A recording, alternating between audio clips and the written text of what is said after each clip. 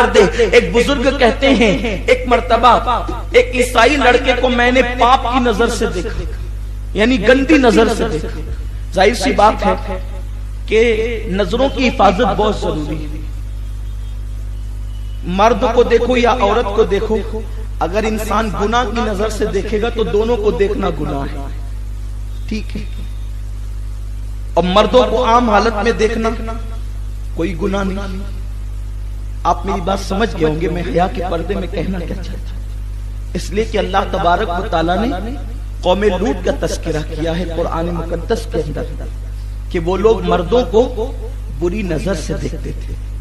اللہ تبارک و تعالیٰ تمام مومنین کی حفاظت کرے. یہ جو مردوں کو بری نظر سے دیکھنے کا معاملہ ہے یہ زنا سے زیادہ بدترین ہے, زنا سے بڑھ کر یہ گناہ. اور حضرت سیدنا مولا کائنات شیر خدا علی مرتضی کہتے ہیں زانی کو تو سنسار کرو لیکن جو لوگ مردوں کے ساتھ بدکاری کرتے ہیں ان کو آگ میں جلا دو. فرمایا ان کو آگ میں جلا دو. بڑا بدترین گناہ ہے. اور بہت افسوس کے ساتھ کہنا پڑتا ہے کہ یہ گناہ آج ہمارے سماج اور معاشرے کے اندر بڑی تیزی کے ساتھ بڑھتا جا رہا ہے, پھیلتا جا رہا ہے. یونیورسٹی ہو, کالجز ہو, یا جہاں پر عام طور پر لوگ زیادہ ایک ساتھ رہتے ہوں اور زیادہ وقت تک رہتے ہوں, ان لوگوں کے اندر یہ برائی پائی جاتی ہے. اور یہ بدترین جرم ہے.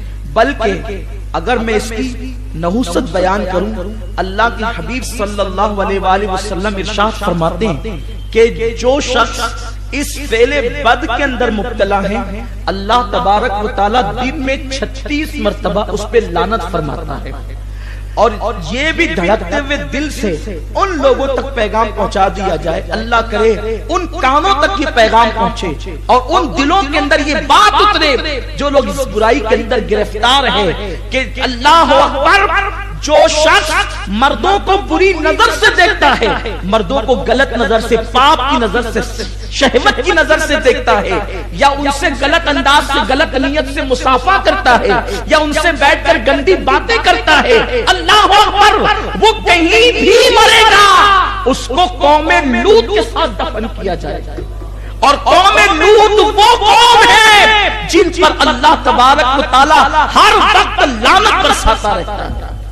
جب قوم لوط کے عذاب کے مقام کے قریب سے صحابہ گزرے تو اللہ کے رسول نے فرمایا اپنے کان پہ ہاتھ رکھ لو اور دوڑتے ہوئے گزر جاؤ. ان پہ جو لعنت برس رہی ہے کہیں وہ تم پہ نہ برسے. اور ایک بات اور عرض کر دوں, اگر پتا ہے کہ یہ بندہ ایسا ہے, توجہ, اگر پتا ہے کہ یہ بندہ ایسا ہے, یہ غلط کاری اور بدکاری کرتا ہے, اس کی 3 قسمیں ہیں. جس آخری سٹیپ کو لوگ برا جانتے ہیں نا وہ تو بہت برا ہے, اس کے تو بیان ہی کچھ نہیں ہے. لیکن غلط نیت سے لوگوں کے ساتھ مصافحہ کرنا, لوگوں کے ساتھ بیٹھ کر غلط نیت سے گندی باتیں کرنا, ان کا شمار بھی انہی بدکاروں میں ہوتا ہے. اس کے 3 سٹیپ ہیں. فرمایا گیا کہ جو ایسے لوگ ہیں وہ توبہ نہیں کرتے, اسی میں ڈوبے ہوئے ہیں, اگر آپ ان کے ساتھ بیٹھیں گے تو صرف بیٹھنے کی بنیاد پر بھی وہ لعنت آپ پہ برسے. سوچئے کس قدر بدترین فعل ہے. لوگ کہتے ہیں یار چھوڑو یار گناہ کر رہا ہے, اس پہ پردے ڈال دو. بے شک پردے ڈال دو لیکن آپ دور ہو جاؤ, کیونکہ مومن کے عیب پہ پردے ڈالنا یہ حکم ہے, لیکن گنہگار سے دور ہو جانے کا حکم بھی اللہ رسول نے عطا کیا ہے. اگر آپ اس کی صحبت سے دور نہیں ہوئے تو اللہ تبارک و تعالیٰ وہ لعنت آپ پہ بھی برسائے.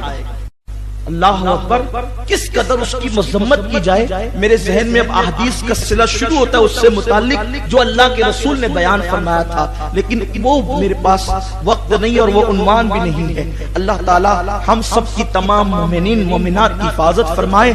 اللہ سب کو سچی توبہ کی توفیق عطا فرمائے, اور اللہ رب العزت سب کی نیتوں کو خلوص عطا فرمائے, نگاہوں میں پاکیزگی عطا فرمائے, نگاہوں میں طہارت عطا فرمائے.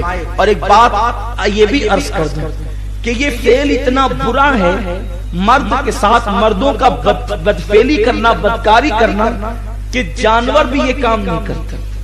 جانور بھی یہ کام نہیں کرتے. جانوروں میں صرف ایک جانور ہے جو اس فعل بد میں مبتلا ہے, اس کو سور اور خنزیر کہتے ہیں. خنزیر کے علاوہ کوئی جانور ایسا نہیں ہے جو نر کے ساتھ جو ہے وہ بدفعلی کرتا ہو سوائے خنزیر کے.